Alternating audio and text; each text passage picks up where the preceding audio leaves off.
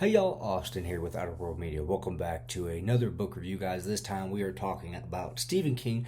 We are talking about the classic Cujo. Um, I don't really know how to explain this book because I feel like everybody, for the most part, knows what this book is about or gets the reference. Even as a kid, not knowing who or what Cujo was, I still made the reference towards dogs, calling them Cujo. So it's definitely something that's just grained in society and pop culture. But for somehow, if you do not know what Cujo is about, or you want a little bit of my explanation what Cujo is about, then listen up. So Cujo essentially is a story about a dog who gets rabies, goes and he gets rabid, as you do when you get rabies and you're an animal. And so it is about the chaos and turmoil. Sorry, guys, English is hard. The chaos and turmoil that this dog causes in the town of Castle Rock, Maine. Um, Essentially, we have this family who interacts and somehow comes into contact with Cujo.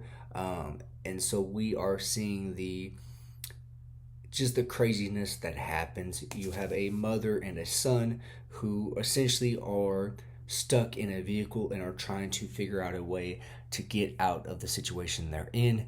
There's not really anybody nearby, and it's just how they are dealing with this and handling this and how it's affecting everybody around them. This is a story, and I could be wrong. Somebody probably will correct me if I'm wrong, but this legend goes that Stephen King was just on all kinds of whatever type of drugs he was doing at this point in time, and he does not remember writing Cujo. Um, I'm not gonna lie, guys. As far as what I thought of this book, it was not my favorite Stephen King book. I think when it comes to Stephen King and animals, if I had to pick a favorite book that has an animal playing a pivotal role, it would probably have to go to Pet Cemetery. Um, Again, this was not bad by any means. It's a very, very short book by King standards. I mean, it's clocking in. This is the book club edition, clocking in around a little over 300 pages. So this is a tiny, tiny book by Stephen King standards. Again, this is just one that I think you either like it or you don't. I'm on the fence. I didn't like it. I didn't dislike it. This is one that I was very, very much looking forward to reading, and I'm glad that I did. Again, this is just not one that I see myself going back to grab. Am I happy to own this? Yes. Yes, I am. Is there always a chance that I might go back and read it? Yeah. I think there's a chance that later on down the road, I think I might appreciate it a little bit more. What I will say, though, being that, again, it's a mother and a son trapped in a vehicle being terrorized by this rabid Saint Bernard dog. I felt for the mother. By that I mean I have a little girl, and I couldn't imagine being in a situation like that. So yeah, very, very hard. If you are a parent, this is going to be a book that will kind of hit home with you. There's also talk of infidelity in this book, and just the trials and tribulations that a marriage can go through.